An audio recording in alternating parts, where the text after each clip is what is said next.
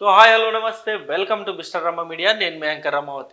Yes, మొత్తానికి ఇప్పుడు మంచు ఫ్యామిలీలో బీభత్సంగా గొడవ అయితే జరుగుతోంది. ఏమన్నా సోషల్ మీడియా మొత్తం ఇదే టాపిక్ నడుస్తుంది. ఫేస్బుక్ ఓపెన్ చేసిన, ట్విట్టర్ ఓపెన్ చేసిన, ఇన్స్టాగ్రామ్ ఓపెన్ చేసిన, యూట్యూబ్ ఓపెన్ చేసిన, మొత్తం ఇదే వీడియోలు కనబడుతున్నాయి. దీని గురించి అందరూ ప్రతి ఒక్కరు డిస్కషన్ పెడుతూ ఉన్నారు, కామెంట్స్ అన్నీ పెడుతూ ఉన్నారు. అండ్ ఎక్కువ మాట్లాడితే నిన్ను కొడతా, మంచు లక్ష్మి పరార్ అంటే ఈ తమ్నేల్ బ్యాచ్ వేరులేండి. అంటే ఈ జనరల్గా ఈ మా వాళ్ళు వ్యూస్ కోసము వాటి కోసం ఇవన్నీ రాస్తూ ఉంటారు. జనరల్గా అక్కడ జరిగింది వేరు, మనకు తెలిసింది వేరు, ఇక్కడ ప్రజెంట్ చేసేది వేరు.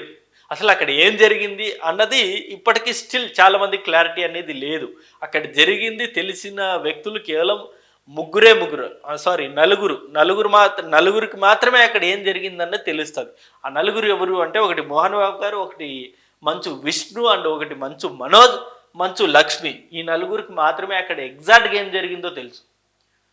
బట్ మనందరికీ జస్ట్ కేవలం ఆస్తి కోసం వాళ్ళు కొట్టుకుంటున్నారనే విషయం మాత్రం చాలా స్పష్టంగా మనందరికీ తెలుసు. ఎందుకంటే రీసెంట్గా మనోజే ప్రెస్ మీట్ పెట్టి చెప్పడం జరిగింది.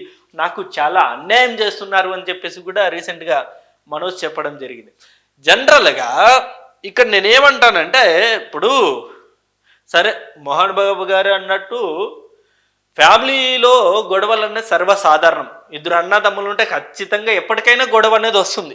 ఆస్తి విషయంలో ఒకరికి న్యాయం జరిగి ఇంకొకరికి అన్యాయం జరిగినా, లేకపోతే ఆస్తి పంపకాలు లేటుగా చేసినా ఖచ్చితంగా ఈ గొడవ అనేది సర్వసాధారణం. ప్రతి ఫ్యామిలీలోనూ ఈ గొడవలు అనేవి ఉంటాయి.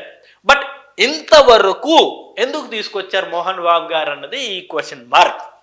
ఎందుకంటే మనందరికీ తెలుసు, మోహన్ బాబు గారు అంటే ఇండస్ట్రీలో ఉండే ప్రతి ఒక్కరికి ఏదన్నా చిన్న ఇష్యూ నుండి పెద్ద ఇష్యూ వరకు ప్రతి ఇష్యూని ఆయన పంచాయతీలో సాల్వ్ చేస్తూ ఉంటారు. ఇండస్ట్రీ పంచాయతీ మొత్తం ఈయన సాల్వ్ చేస్తూ ఉంటారు. అంత పవర్ఫుల్ వ్యక్తి ఇండస్ట్రీలో ప్రజెంట్. సో ఇలాంటి వ్యక్తి ఇంట్లోనే ఇంత పెద్ద సమస్య ఎందుకు తెచ్చిపెట్టుకున్నారు? ఎప్పుడో ఈ ప్రాబ్లంని సొల్యూషన్ చెప్పు ఉండాల్సింది కదా. ఇప్పుడు జనరల్గా ఖచ్చితంగా ఇద్దరు కుమారులు ఉన్నప్పుడు సరి సమానంగా ఆస్తి ఇచ్చేసి ఎవరి మానాన వాళ్ళు వదిలేయాల్సింది. అలా కాకుండా ఇప్పటి వరకు స్టిల్ అంటే ఆస్తి పంచాడో లేదో కూడా మనకు తెలియదు, కానీ బట్ సోషల్ మీడియాలో వస్తున్న వార్తల ప్రకారమే నేను మాట్లాడుతున్నాను. ఆస్తి పంచారో లేదో కూడా ఇంకా క్లారిటీ లేని పరిస్థితి. భవిష్యత్తులో అయితే క్లారిటీ వస్తుందేమో, కానీ ప్రస్తుతానికైతే క్లారిటీ అనేది లేదు. అంటే మనోజ్ ఆస్తి లేకపోతే విష్ణు ఆస్తి వీళ్ళకి పంచారా లేదా అన్నది అయితే ప్రస్తుతానికైతే క్లారిటీ అయితే లేదు. సో కేవలం ఆస్తి విషయం మాత్రమే గొడవ పడుతున్నారన్న మటుకు చాలా స్పష్టంగా అర్థమవుతుంది. సో ఇలాంటి పంచాయతీలు ఎన్నో పంచాయతీలను మోహన్ బాబు గారు తీర్చారు కదా. మరి సొంతింటి పంచాయతీని ఎందుకని ఇంకా స్టిల్ రోడ్డు మీదకి తీసుకొచ్చారన్నది ఇక్కడ వస్తున్న క్వశ్చన్ మార్క్. ఇప్పుడు ఈ అంశం మీద రెండు రకాలుగా కూడా మాట్లాడుకుంటున్నారు. ఒక వర్గం ఏమో మోహన్ బాబు ఫ్యామిలీకి ఇలా కావాల్సిందే, లేకపోతే మా హీరోని ఇలా విమర్శలు చేస్తారా అని చెప్పేసి ఒక వర్గం మాట్లాడుతుంది. మనందరికి తెలిసిందే మోహన్ బాబు గారు చిరంజీవి గారి మీద చాలా విమర్శలు చేశారు గతంలో. ఇప్పటికీ ఇండస్ట్రీలో మోహన్ బాబు గారు అండ్ ఇటు చిరంజీవి గారు టామ్ అండ్ జెర్రీ లాగా ఫైట్ జరుగుతూనే ఉంటుంది. సో ఇటు మెగా ఫ్యామిలీ సంబంధించిన అభిమానులు కొంతమంది మోహన్ బాబు గారి ఇంట్లో ఇలా జరగాల్సిందే, లేకపోతే మా హీరోనే ఇలా అంటాడా అని చెప్పేసి కొందరు సంబరాలు పడుతుంటాయి. అర్రే మోహన్ బాబు గారింట్లో ఇలా జరగకూడదు కదా. నిజంగా ఆయన చాలా క్రమశిక్షణగా పెరిగారు. ప్రతి రూపాయిని ఆయన కూడబెట్టి ఇవాళ ఈ స్థాయికి వచ్చారు.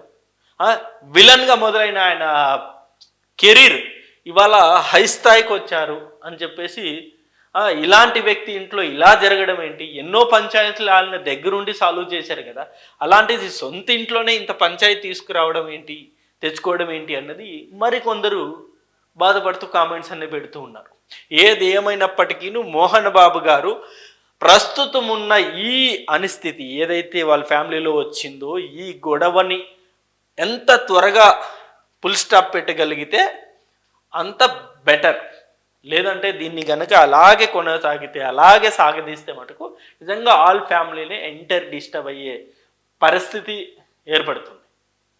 సో మొత్తానికి మన అందరికి తెలుసు, మంచు మనోజ్ గారు కూడా పాపం చాలా కష్టపడ్డారు. ఇప్పటికీ స్టిల్ మంచు మనోజ్ గారికి ఎక్కడో ఒక మూలాన, అంటే నేను ఎప్పుడూ అబ్జర్వ్ చేస్తూ ఉంటాను, ఎక్కడో ఒక మూలాన మంచు మనోజ్ గారికి నిజంగా అన్యాయం జరుగుతుందేమో.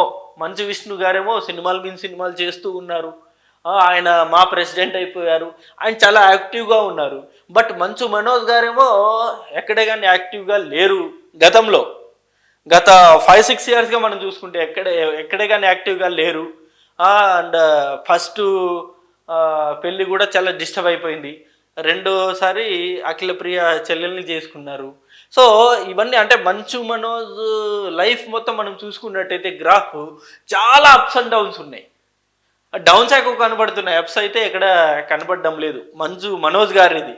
ఇటు మంచు విష్ణు గారేమో అంటే సినిమాల పరంగా మనం చూసుకుంటే అంటే మంచు విష్ణు గారిది సినిమాలు మొత్తం డౌన్ అవుతూ ఉన్నా సరే, బట్ ఆయన ఎప్పటికప్పుడు అప్డేట్ అవుతూ నిజంగా పెద్ద పెద్ద సినిమాలు తీస్తూనే ఉన్నారు ఇప్పటికీ. Bhakta Kannappa one of the biggest, ఆయన కెరీర్లోనే బిగ్గెస్ట్ బడ్జెట్ సినిమా తీస్తున్నారు.